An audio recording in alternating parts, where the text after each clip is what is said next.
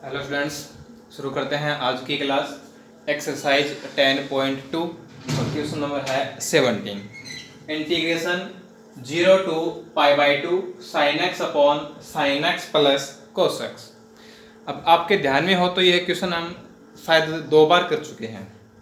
देखो, अपने था 1/1 प्लस माइनस 10x और 1/1 प्लस माइनस cot x। जब हमने उनको इंटीग्रेट किया था तो हमने उसको क्या किया था, साइन एक्स कोस एक्स के फॉर्म में चेंज किया था ना। तब यही फॉर्म तो बनी थी और एक हमने इसी रूप में इसको डायरेक्ट भी किया है। अब देखो, इसको करने के लिए हम क्या करते हैं, अंश और हर न्यूमरेटर एंड डिनोमिनेटर दोनों को क्या करते हैं, सेम फॉर्म में लेके आते हैं, एक रूप में बनाते हैं। तो उसके लिए पहले हमने इसमें क्या किया था, 2 से गुणा भाग किया था ना। 1/2 0 to π/2 2 sin x upon sin x plus cos x, ये हो गया। अब देखिए 1/2 इंटीग्रेशन 0 to π/2 2 sin x का मतलब क्या है कि sin x plus sin x। अब हमें क्या करना है, इसके अंदर cos x प्लस करना है और cos x माइनस करना है upon sin x plus cos x।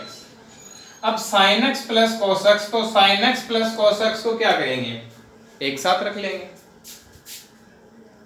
1/2 integration 0 to π/2 sin x plus cos x upon sin x plus cos x।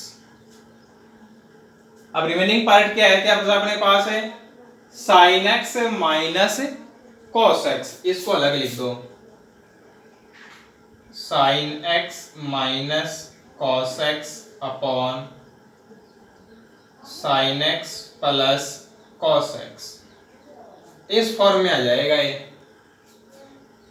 1/2 integration 0 to π/2, ये 1 बन जाएगा, plus 1/2 integration 0 to π/2 sin x minus cos x upon sin x plus cos x, ये बन जाएगा। अब देखिए यहाँ ये तो हो जाएगा 1/2 1 का इंटीग्रेशन क्या हो जाएगा, x हो जाएगा, लिमिट है 0 to π/2। अब इसका सेकेंड पार्ट देखो, sin x plus cos x, इसका डेरिवेटिव अंश में होता है, न्यूमरेटर में होता है, तो sin x का होता है cos x और cos x का होता है माइनस sin x। अब देखो sin x का प्लस cos x और cos x का डिफरेंशिएशन जो अवकलन है वो होता है माइनस sin x, यानी इसका जो डेरिवेटिव है वो ये बन जाएगा। लेकिन यहाँ जो साइन है, जो चिन्ह है वो ऑपोजिट है, यहाँ हमें चाहिए माइनस और यहाँ हमें चाहिए प्लस, तो इसमें से हम माइनस कॉमन लेते हैं तो ये बन जाएगा cos x minus sin x। यही क्या है हमें चाहिए है, तो माइनस कॉमन लेंगे तो 1/2 और ये t है तो ये dt है, और 1/t का इंटीग्रेशन हम जानते हैं कि क्या होता है, log t होता है, तो ये बन जाएगा log sin x plus cos x, limit 0 to π/2। अब इसके अंदर हमें लिमिट पुट करनी है, तो चलिए 1/2 π/2 माइनस का साइन, अपर लोअर लिमिट 0। अब है माइनस 1/2 इंटू अपर लिमिट रखेंगे तो ये बन जाएगा log sin π/2 plus cos π/2 minus, अब रखेंगे lower limit log sin 0 plus cos 0। अब देखो यहाँ तो ये बन जाएगा π/4 minus 1/2 log sine pi by two. Sine pi by two का मान क्या होता है? 1 होता है। और कोस पाई बाई टू का मान 0 होता है। तो 1 + 0 क्या बन जाएगा? 1 बन जाएगा। तो log 1 हो गया माइनस log साइन 0 0 और कोस 0 1। तो log 1 माइनस log 1 0 हो गया। और वैसे भी देखें तो log 1 की जो वैल्यू है वो क्या होती है? 0 होती है। तो ये जो इसका पार्ट है वो क्या हो जाएगा? 0। तो अपना जो आंसर है वो क्या बन जाएगा? π/4 बन जाएगा। ठीक है। अब इसको करने का अपने पास एक मेथड और आ जाएगा।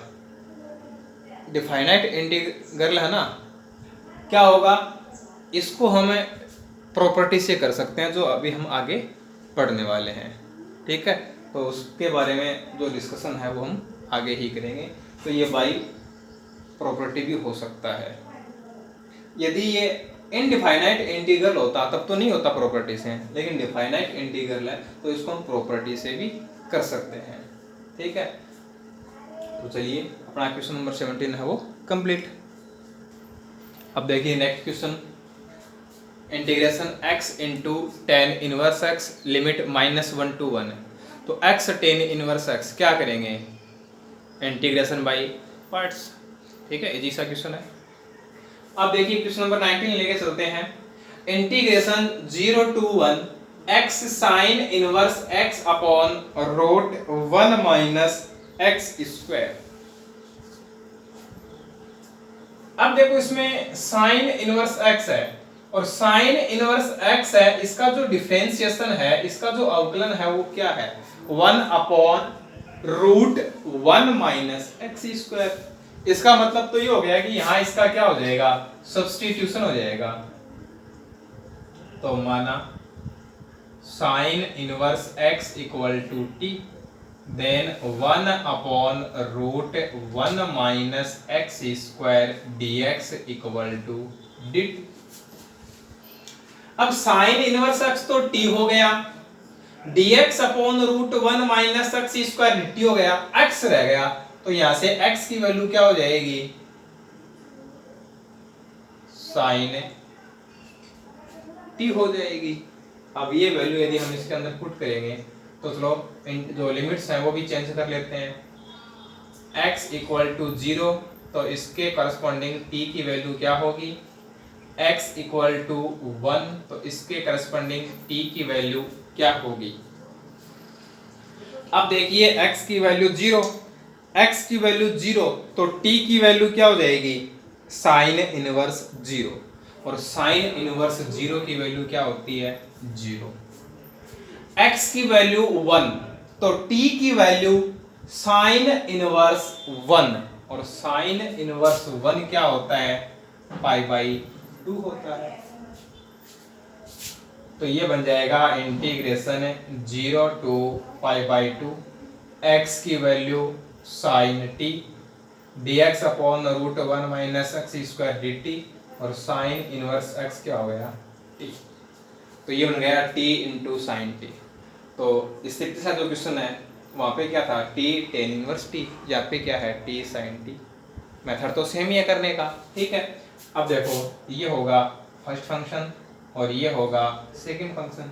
इसको फर्स्ट इसको सेकंड कह सकते हैं, कोई दिक्कत नहीं है। हम दोनों को इजीली इंटीग्रेट कर सकते हैं। ठीक है। चलिए क्या होगा? फर्स्ट इंटू सेकंड का इंटीग्रेशन। तो फर्स्ट इंटू साइन टी का इंटीग्रेशन। साइन टी का इंटीग्रेशन क्या होता है? माइनस कॉस टी, लिमिट है 0 to π/2 minus integration 0 to π/2। First का डिफरेंशिएशन, फर्स्ट का अवकलन, तो टी का करेंगे तो क्या हो जाएगा? 1, और साइन टी का माइनस कॉस टी माइनस, चलो यहाँ लगा लेते हैं एक बार इसको, ये माइनस।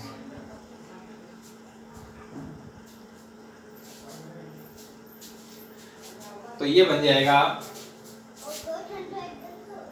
माइनस बाहर लिख दिया t into cos t, limit 0 to π/2, minus minus plus, cos t को इंटीग्रेट करेंगे तो कॉस टी का इंटीग्रेशन क्या होता है साइन टी, और लिमिट 0 से π/2।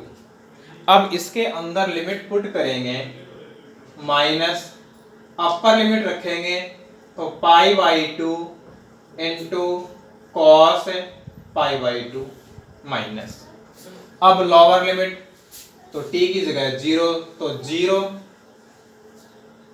और कॉस 0 क्या होता है 1 होता है, प्लस साइन π/2 माइनस साइन 0। अब cos π/2 0 होता है, तो ये जो टर्म है वो क्या हो गई 0 हो गई, और ये 0 है, तो यहाँ तो 0 हो गया है। अब इसको देखें तो साइन π/2, साइन π/2 की वैल्यू क्या होती है 1 होती है। फिर है माइनस साइन 0, और साइन 0 की वैल्यू क्या होती है 0 होती है, तो अपना आंसर है वो क्या बन गया 1 बन गया, क्या आ जाएगा 1 आ जाएगा। तो ये था अपना क्वेश्चन नंबर 19। अब देखिए question number 20, integration 0 to infinite x square upon x square plus a square into x square plus b square. Power कितनी है 4 है, फैक्टर दिए हुए हैं, अंश न्यूमरेटर की पावर है 2, डिनोमिनेटर हर की देखें तो यहाँ जो पावर है वो है 4, तो इसका मतलब है कि ये क्या है प्रॉपर रेशनल फंक्शन, उचित परिमेय फलन, तो इसका क्या हो जाएगा आंशिक भिन्नों में वियोजन, तो इंटीग्रेशन बाय पार्शियल फ्रैक्शन। ठीक है, अब देखो इसमें हम दो काम कर सकते हैं, एक तो ये है कि यहाँ एक्स स्क्वायर है और यहाँ एक्स स्क्वायर है, यानी पावर है वो कितनी हो गई 4 हो गई। जब पावर 4 है तो जो कांस्टेंट होंगे अचर होंगे वो हमें कितने लेने होंगे 4 लेने होंगे। ठीक है, अब यदि एक बार के लिए हम ये करें कि एक्स स्क्वायर को किसी अन्य सिंबल से रिप्लेस कर दें, सब्स्टिट्यूशन नहीं कर रहे, प्रतिस्थापन नहीं करना है, एक बार के लिए हम एक्स स्क्वायर को t मान लेते हैं, सिर्फ सिंबल चेंज कर रहे हैं तो t मानेंगे तो t इंटू टी स्क्वायर, यानी हमें कितने कांस्टेंट लेने होंगे 2 ही कांस्टेंट लेने होंगे। ठीक है, और अपन यदि यह मेथड यूज नहीं करते हैं तो इसे इसी फॉर्म में रखते हुए भी क्या कर सकते हैं डायरेक्ट इंटीग्रेट कर सकते हैं। 4 हमें कांस्टेंट लेने हैं तो 4 कांस्टेंट ले लेंगे, क्या दिक्कत है। ठीक है, तो 2 मेथड है, कैसे भी कर सकते हैं, एक्स स्क्वायर की जगह हम t रख सकते हैं, लेकिन वो सब्स्टिट्यूशन नहीं है, प्रतिस्थापन नहीं है, dx है उसकी जगह dt नहीं लिखना है, dx तो dx ही रहेगा। ठीक है, सिर्फ आंशिक भिन्नों में जो वियोजन है, जो पार्शियल फ्रैक्शन की फॉर्म में लिखना है, उसको इजी वे में लिखने के लिए हम क्या कर रहे हैं एक्स स्क्वायर को t लिख रहे हैं। ठीक है, तो t लिख के कर लेते हैं इसको, चलो x square equal to t, तो एक्स स्क्वायर इक्वल टू हमने क्या ले लिया t ले लिया, तो ये बन जाएगा t upon t plus a square t plus b square. अब इसका हमें क्या करना है आंशिक भिन्नों में वियोजन तो पार्शियल फ्रैक्शन के फॉर्म में लिखेंगे तो क्या हो जाएगा a upon t plus a square plus b upon t plus b square, ये आ जाएगा।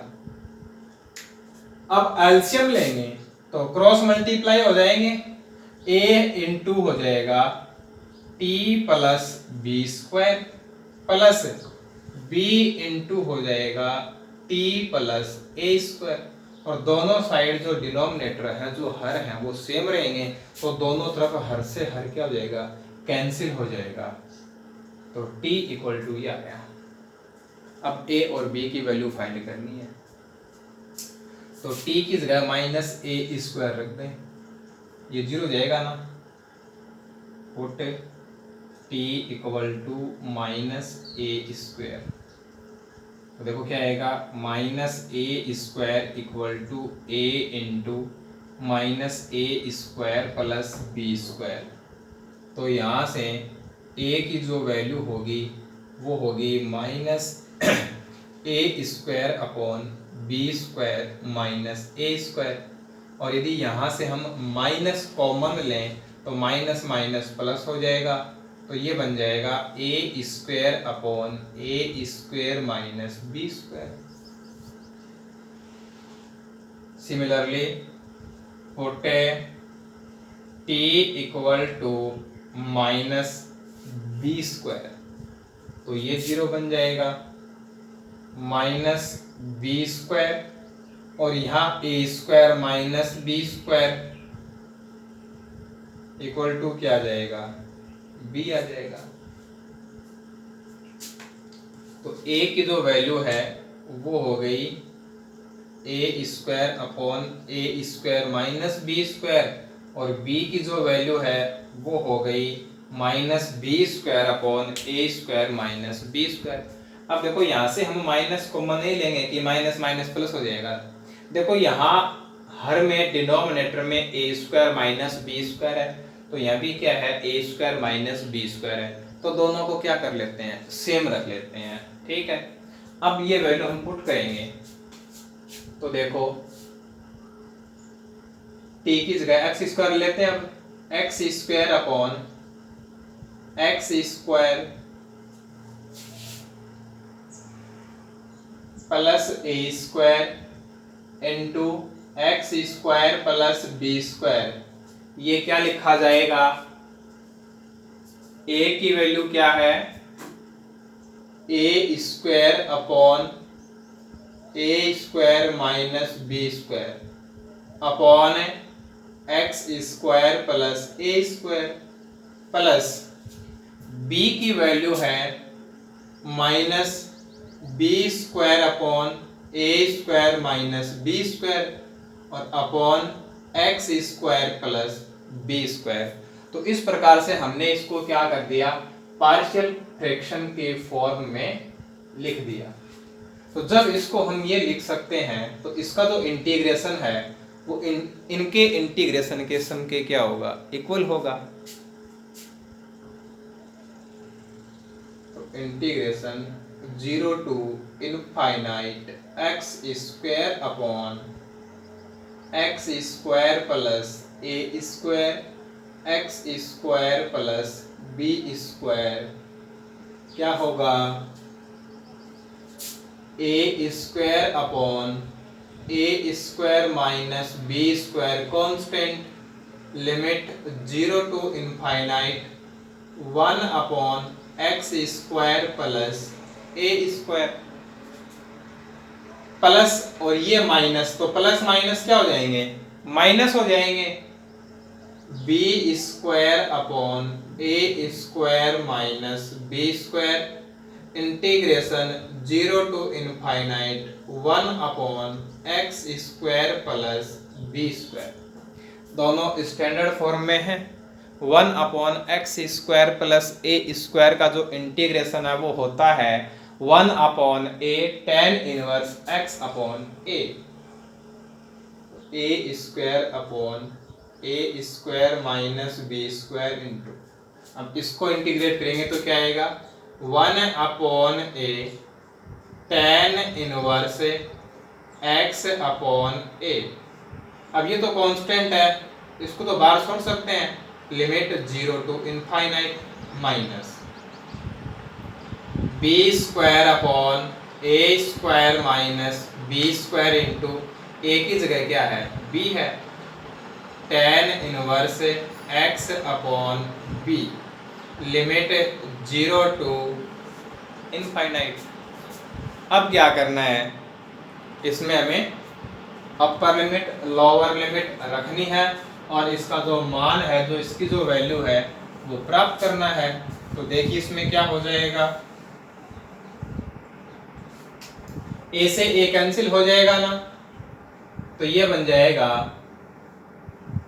A upon a square minus b square, tan inverse upper limit रखेंगे infinite upon a, minus lower limit रखेंगे तो tan inverse 0, minus b cancel हो जाएगा तो b upon a square minus b square, tan inverse infinite upon b minus tan inverse 0, a upon a square minus b square, tan inverse infinite, देखो infinite में एक से divide करेंगे infinite ही आएगा, और टेन इनवर्स इनफाइनाइट क्या होता है, π/2 होता है, और टेन इनवर्स 0 क्या होता है, 0 होता है, minus B upon a square minus b square π/2। अब देखो इसमें π/2 ए स्क्वायर माइनस बी स्क्वायर, ये क्या है, कॉमन, इसको कॉमन लेंगे तो क्या बचेगा, यहां तो बचेगा a और यहां बचेगा b।